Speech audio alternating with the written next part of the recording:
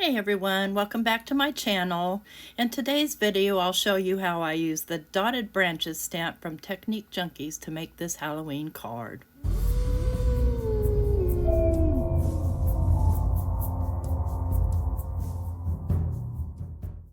Okay, here I have this background stamp called Dotted Branches. Absolutely love this stamp. And it's used for all types of things. I just am showing an example of a couple of backgrounds I did. This one I did with this Obsidian Wow embossing powder, and this one I did with the holographic embossing powder. Sky's the limit with this stamp. You can really go nuts with it, but today we're making a Halloween card with it. So I've got a circle mask. You can just use a circle piece of cut out mint tape or whatever you have, just something to protect the background here so we can kind of create our spooky scene. And I like to just take a little bit of, because this is a plastic mask, I like to take a little bit of removable adhesive and put it on there so it doesn't move on me. And I'm going to be using the craziest colors here, you wouldn't believe. But I'm starting out with the Twisted Citron in Distress Oxide. And I'm just randomly placing it here and there. And then next I'll go in with my hickory smoke, and I'll wipe off my brush a little bit, but I'm using my brush that I normally use for black. And I start from the moon, but it really doesn't matter if it's smudgy or smeary because the next step will mitigate that. So I'm just kind of randomly placing this hickory smoke. And I am doing a lot of like back and forth, side to side motions to kind of give an illusion of clouds. And then I'll go in with the black soot because I want this to be a dark, spooky night. And I just kind of flip my card around to get the color on. And again, it doesn't matter. It doesn't have to be perfect because we're going to be adding water to this bad boy. Just kind of scraping around, getting my ink. And I'll take my tweezers and I'll pull that mask off. I don't want to risk it with my fingers because, yeah. And I'm just going to do a technique that I had seen on one of the Tim Holtz demos. I am using watercolor paper, the smooth side. So I'm going to take my water sprayer. And at first I'm going to stick my card to like a sticky mat of some sort because I don't want it warping a lot. To get this effect, I need it to kind of not warp. And I'm just going to spray around the outside of this little moon to get those colors to kind of move to the inside of the moon. And then I'll spray everywhere else too. And then it starts looking like a spooky, cloudy night. Such a cool technique. You can go hog wild with this, but I wanted to keep my moon fairly intact because my dotted branches are going to cover a lot. And so, you know, I want to make sure that my moon stays a moon. So I'm going to go ahead and heat set this, dry it really well. Because the next step, I will be stamping and embossing. And you don't have to emboss this. You can just lay it down plain if you want to. But I kind of like the little raised effect and the shininess that the embossing gives it. Get that as dry as I can and then just dab off a little bit of the excess. Kind of dab off my work surface so I don't smear ink all over my pretty little moon. But I'm going to take my moon mask and I'm going to put it back down. Well, that's what I'm supposed to be doing. I'm not sure what I might be doing at this point. I believe I'm looking for something. Oh, yes. I was looking for my Technique Junkies Golden Olivine Shimmering Bliss that I'm going to splatter on here. So I've got my Shimmering Bliss here. And I need to shake it up to make sure the mic is moving around. And I'm not using a whole lot of it. Just a little bit to just add some sparkle here and there. So I'm going to lay my mask back down and I'm going to just take the cap off and I'm just going to start splattering. And this is the Golden Olivine is, you know, kind of a olive green gold color. And that's all I'm going to do is splatting. I'm going to remove my mask very carefully so I don't splatter it on my moon. And then I'm going to go with my heat tool and I'm going to dry that. And it doesn't take very long to dry Shimmering Bliss at all, especially if you're just doing little bits of it. It's just going to kind of give that cool little splattery effect here and there, as if there were stars. Now, we all know when there's a full moon, you're not going to see a lot of stars near it because it's shining much brighter. But I do want to make sure it's nice and dry so I don't smudge things around. Then I'm going to take my mask and I'm going to wipe my mask off. Make sure there's nothing that can get onto my moon. And I'm going to lay it back down. Then I'm going to take my brush and my black soot distress oxide, and I'm just kind of accentuating around the moon, kind of holding the moon down. It's still got the sticky stuff on it, but you know, just to make sure that it stays in place. So all this is going to do is just kind of accentuate the line around the moon, give it a little bit of shadow. Pretty easy. You could be done right now, but no, we are definitely going to use the dotted blooms. But I want to make sure that this is 100% dry because I do not want any embossing powder sticking where I don't want it. Now, mind you, I'm not going to use black embossing powder. I'm going to use black ink and clear embossing powder. So I'm going to test it here to make sure that there's nothing wet, just by pouring some clear embossing powder over it.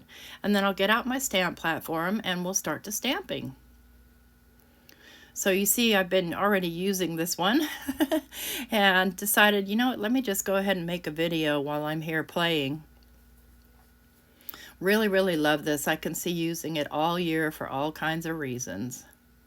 So I'm going to go ahead and lay my paper down here and just kind of put my stamp where I think it should go, and I'm going to place it down in my stamping platform and pressing it down on the middle first and then kind of spreading out to just try to mitigate any bubbles that might be in there. So I'm going to use my anti-static powder tool here. I'm looking for it, of course. It's buried in the place that you can't see. And this is just my little Rabbit Hole Designs one. It's not the one I was looking for, but it's the one I found, so we'll take it, right? And then I'm going to go ahead and just start stamping down. And this is going to take about 3 presses. Whenever you have a full stamp, if you get it in one press, I'm proud of you. I am using my MISTI tool so that my stamp kind of stays in place and it's laying on another type of sticky pad. But I have magnets down too, just to be sure. Sorry about that. Let me turn down my volume on my computer. And just making sure. Secondly, I really need to re-ink my VersaFine Clair. And I may remember to do that after this video, and I may not. And I'm just pressing down with my pressure tool, and I feel like it needs one more here. So I'm just going to give it one more. Now the clear embossing powder over the black will enhance the black that's on there. And I'm pressing down particularly in the middle because that's where I saw it was the lightest. There we go. I'm happy with that.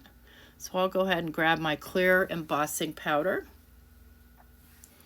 and just coat the whole thing. Make sure I don't miss any spots. Give it just a light thump, very light. And then I'll go ahead and heat emboss this, and you can see how that black just pops. You could use any colors. The one that I did in the purples and blues would make a beautiful Christmas card. You could color the berry parts if you wanted to. So I'm going to go ahead and just kind of straighten out my paper. I'm going to set that aside. And what I've done here is I've used some of my die cuts, and I apologize, I zoom in and I forget to zoom back out. I've used some of my dies, and I've cut 3 layers and glued them together. And I'll be using this Glow Up embossing powder from Ranger and my Versamark embossing pad. And I'm just smooshing these down into the embossing pad to pick up that stickiness. And then I'll set it on my paper because I want to, pour my embossing powder on something so I can get it back into my jar. And I just coat both of those with embossing powder.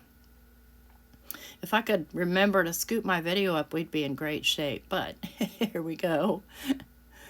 And I'll go ahead and lay these down and heat emboss them so that that embossing powder sticks to them. This glow-in-the-dark stuff really works. It really does actually glow in the dark. It's super, super cool. This would be the second Happy Halloween that I've done with the glow-in-the-dark, so I've already tested it. Any kid or adult, I don't know, I like cool stuff. I like glow-in-the-dark and other stuff like that. And then I've already pre-made, I cut out some little bats. I lost a little bat here. I know I cut out 5. I'm going to use 3 on the outside of the card and 2 on the inside. So I'm going to move everything aside, and I'm going to take my decal trimmer and I'm going to trim this down to 4 by 5 1/4. And you'll see the top portion of me cutting it with my decal trimmer. I'm so sorry.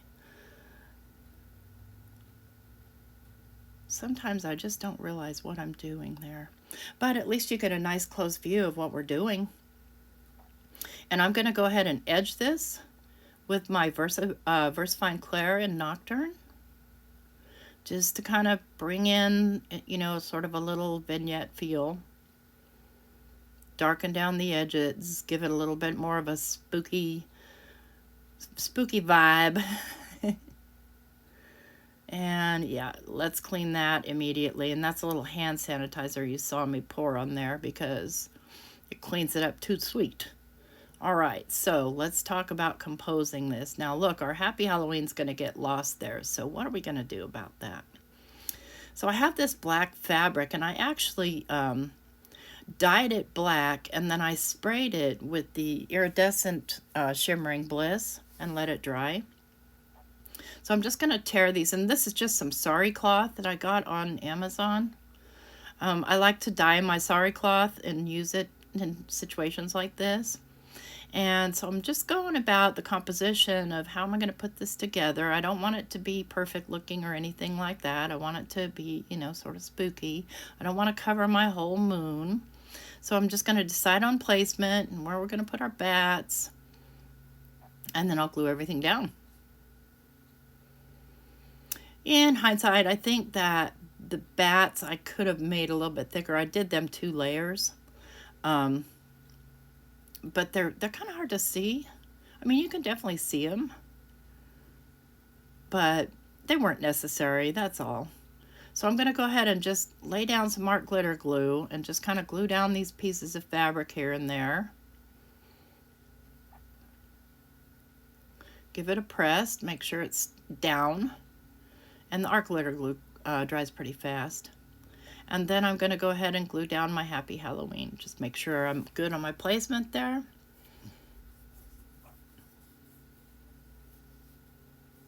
And I'm just doing a thin layer of this art glitter glue. This is new to me. I hadn't really used it before very much. Kind of like it. It's kind of growing on me. It may be just the tip, but I don't know. It works out fine, especially for tiny detail stuff like this. I think I like it because it dries just a little bit quicker than my reptile adhesive. And I see I've got a little piece of fabric, hairy fabric there, and that's okay. It kind of lends to the texture of the card. So I'll just go ahead and glue down my 3 bats, and then we'll get to work on the inside of the card. Because I want to make, you know, a whole card here for you. And I just colored these bats in with, I cut them out of white watercolor paper and then just colored them in with the VersaFine Clair in the Nocturne. So I've got a piece of white, just plain white cardstock, and I'm cutting this down to 5 by 3 3/4 with my decal trimmer again, just to stay kind of cohesive with the entire card. And I'll go ahead and trim that down, and then I'll glue that to the inside of a top folding black card base. And this is just some, I think it's some Recollections paper or something. It's not super black. I've yet to find a black enough paper. Apparently Yupo, black Yupo is nice and black, but that's a little bit cost prohibitive to make mass cards. You know, a special card, sure. So I'm just going to lay this down and just kind of try not to touch it with my fingers so that the glue lays flat. And then let me remember that I need to zoom out here. So zoom back out, and I'm going to glue these two little bats in. And I'm not going to put a sentiment on the inside. I have a Technique Junkies Happy Halloween sentiment, and I can't find it. So I used it, you know, for all my design team stuff for this August release, but I put it somewhere. You know how that goes. I'll come across it after Halloween. And then I'm going to go ahead and I'm going to pop this up on a little bit of foam tape onto that card base.